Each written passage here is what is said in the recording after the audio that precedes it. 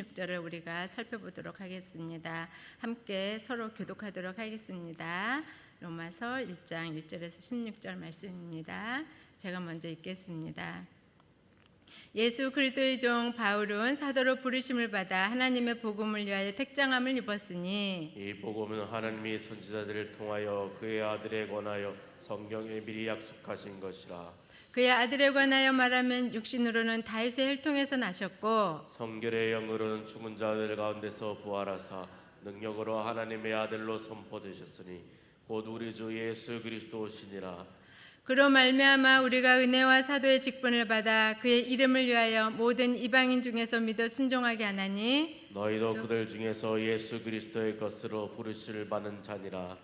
로마에서 하나님의 사랑하심을 받고 성도로 부르심을 받은 모든 자에게 하나님 우리 아버지와 주 예수 그리스도로부터 은혜와 평강이 있기를 원하노라. 먼저 내가 예수 그리스도로 말미암아 너희 모든 사람에 관하여 내 하나님께 감사함은 너희 믿음이 온 세상에 전파됨이로다. 내가 그의 아들의 복음 안에서 내 심령으로 섬기는 하나님이 나의 증인이 되시거니와 항상 내 기도에 쉬지 않고 너희를 말하며 어떻게 하든지 이제 하나님의 뜻 안에서 너희에게로 나아갈 좋은 길 얻기를 구하노라. 내가 너희 보기를 간절히 원하는 것은 어떤 신령한 은사를 너희에게 나누어 주어 너희를 견고하게 하려 함이니 이는 곧 내가 너희 가운데서 너희와 나의 믿음으로 말미암아 피차 아니함을 얻으려 함이라.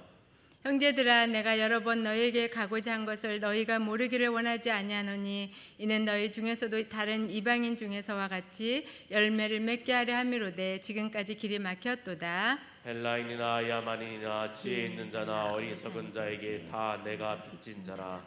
그러므로 나는 할 수 있는 대로 로마에 있는 너희에게도 복음 전하기를 원하노라. 내가 복음을 부끄러워하지 아니하노니 이 복음은 모든 믿는 자에게 구원을 주시는 하나님의 능력이 됨이라. 먼저는 유대인에게요 그리고 헬라인에게로다. 아멘. 오늘은 빚진 자의 삶이라는 주제로 우리 성도님들과 은혜를 나누도록 하겠습니다. 사랑하는 성도님들, 복음이란 무엇인가요? 누군가가 이렇게 물어보시면 무엇이라고 말씀해 주실 건가요? 어제 우리 복음에 대해서도 잘 말씀을 들었는데요. 복음은 예수님께서 하신 일을 말씀해 주시면 됩니다. 말로는 어렵지 않지요. 그렇죠? 예수님께서 죄인을 대신하여 십자가에서 죽으시고 3일 만에 부활하셔서 하나님 우편에 계시고 다시 오신다고 약속하셨습니다. 예수님을 믿는 사람은 몸은 죽지만 영은 영원히 살게 됩니다. 이렇게 말씀하면 우리 될까요? 맞는 말씀이지요. 오늘 본문 로마서는 복음과 구원, 믿음에 대하여 성경 어느 말씀보다도 조직적이고 논리적이며 교리적인 말씀으로 구성되어 있습니다. 바울 서신 중 가장 길면서 핵심적인 신학 내용을 담고 있는 이 로마서는 우리 많은 종교교역자 루터와 칼빈, 히포의 어거스틴, 요한 웨슬리, 성경신학자 등 수많은 사람들이 이 로마서를 통해서 삶이 변화되고 가치관이 바뀌는 많은 영향을 준 말씀이기도 합니다. 이 말씀을 우리는 오늘 서론격인 아주 일부분만 지금 보고 있는데요. 그럼 본문을 살펴보면서 복음이 무엇인지 좀 우리 안에 더 확실하게 정리해 보았으면 좋겠습니다. 바울은 서두에서 자신을 예수 그리스도의 종 바울이라고 이렇게 소개합니다. 여기서 종이라 함은 헬라어로 둘로스입니다. 종으로 번역된 둘로스는 예속된 자 또는 노예라는 뜻을 지니고 있습니다. 바울은 자신이 예수 그리스도께 예속되어 있는 종이라고 자신의 신분을 분명히 밝히고 있지요. 그리고 사도로 부르심을 받았고 하나님의 복음을 위하여 택정함을 입었다고 자신의 정체성과 사명을 또한 분명히 하고 있습니다. 사도 바울은 사명자로서 복음을 위하여 예수 그리스도의 종으로 정말 사력을 다하고 충성을 다했습니다. 사도행전 13장부터 제1차 전도 여행을 시작하여서 제3차에 걸쳐 전도 여행에 매진하며 가는 곳곳마다 핍박과 고난 가운데 복음을 가르치며 주님의 몸된 교회를 세웠습니다. 바울이 왜 이토록 전도에 목숨을 걸었는지 성도님들은 아시나요? 바울의 옛 과거를 보면은요, 그는 참 복음이 무엇인지 몰랐습니다. 그는 유대교에서 배운 하나님의 말씀에 대한 열심은 참으로 대단했습니다. 그런데 그 일이 잘못된 열심이었다는 것을 다메섹으로 가는 도중 예수님을 만남으로 참 복음이 무엇인지 깨닫게 되었습니다. 그는 신비한 체험과 복음을 알고 난 후 예수님께서 자신을 부르셨다는 자부심으로 충만했습니다. 그리하여 목숨도 아끼지 않고 전도 여행을 하였던 것입니다. 그렇습니다. 모든 믿는 사람은 심판받아야 할 죄인이었습니다. 그런데 하나님의 사랑에 기초하여 예수 그리스도 안에서 죄 용서함을 받고 구원받았습니다. 그 사실에 대하여 믿는 자들은 감격하고 감음해야 한다는 것입니다. 그리고 이 복음을 위하여 택정함을 받았다는 사실을 깨달아야 하고요. 그래서 사도 바울처럼 부르심에 충만하여 복음을 전해야 한다는 사실입니다. 우리는요, 복음에 대하여 상당히 민감해야 됩니다. 한편 사도 바울은 그의 성도들에게 자신이 거짓 사도가 아님을 밝히고 있습니다. 그리고 또 분명히 복음이 무엇인지를 우리 로마서 1장 2사절에 자세히 또 이렇게 서술하고 있는 것을 봅니다. 보십시오. 2절입니다. 복음은 선지자들을 통하여 성경에 미리 약속하신 분이시라고 기록하고 있습니다. 복음은 갑자기 어디에서 나타나는 것이 아니라는 것입니다. 3절, 그 아들에 관하여는 육신으로는 다윗의 혈통에서 나신 분이라고 합니다. 우리는 마태복음 1장 그 족보를 보면요, 예수님께서 다윗의 혈통으로 오셨다는 것을 바로 알 수 있습니다. 그리고 그분은 성결의 영으로 죽은 자들 가운데서 부활하셨고 능력으로 하나님의 아들로 선포되셨다는 것입니다. 우리 마태복음 3장 16절 17절을 보면은요, 그분이 바로 하나님의 아들이시며 믿는 자의 진정한 구세주 예수 그리스도이심을 우리 본문이 4절에서도 말하고 있지만 이렇게 마태복음 3장 16절 17절에서도 우리 하나님께서 말씀하고 계십니다. 예수님께서 세례를 받으시고 물에서 올라오실새 하늘이 열리고 하나님의 성령이 비둘기같이 내려지는 자 위에 임하심을 보시고 하늘에서부터 소리가 있어 말씀하시되 이는 내 사랑하는 아들이요 내 기뻐하는 자라, 이렇게 말씀하시는 것을 보게 됩니다. 그렇습니다. 사도 바울이 말하는 복음이란 하나님께서 아들 예수님을 세상에 보내셔서 십자가와 부활 사건을 통해 사망 권세를 이기게 하셨고 온 땅을 다스리는 아들이 되게 하셨다는 것을 선포하는 것입니다. 복음은 심오한 어떤 철학 사상도 아닙니다. 변증하게 논리도 아닙니다. 성경은 또 요한복음 3장 16절 이렇게 말씀하셨잖아요. 우리 기억하시죠? 하나님이 세상을 이처럼 사랑하사 독생자를 주셨으니 이는 그를 믿는 자마다 멸망하지 않고 영생을 얻게 하려 하심이라. 아멘. 하나님의 큰 사랑은 독생자를 주시기까지 이처럼 사랑하셨다는 것입니다. 우리가 구원을 어떤 행위로, 우리가 어떤 도덕적인 법률로 얻어지는 것이 아니라 하나님이 이처럼 사랑하사 독생자를 주셔서 믿는 자마다 멸망이 아니라 심판이 아니라 구원, 영생을 얻게 하셨다는 이 역사적 사실이 성경에 근거한 살아있는 복음이라는 것입니다. 사도 바울은 계속해서 자신처럼 믿는 자들의 정체성에 대해서 기록하고 있는데요. 5절에서 7절을 보면은요, 5절 은혜와 사도의 직분을 받아 이렇게 기록되어 있죠. 이 말씀을 원어로 직역하면 사도의 직분은 은혜라는 것입니다. 바울은 하나님의 은혜로 사도의 직분을 받아 그의 사역의 대상이 이방인이었고 사역의 목표는 그들이 믿고 순종하게 하는 것이었습니다. 그렇습니다. 우리도 말씀을 들으면 순종하는 것입니다. 그것을 지금 우리 사도 바울이 이야기하고 있는데요.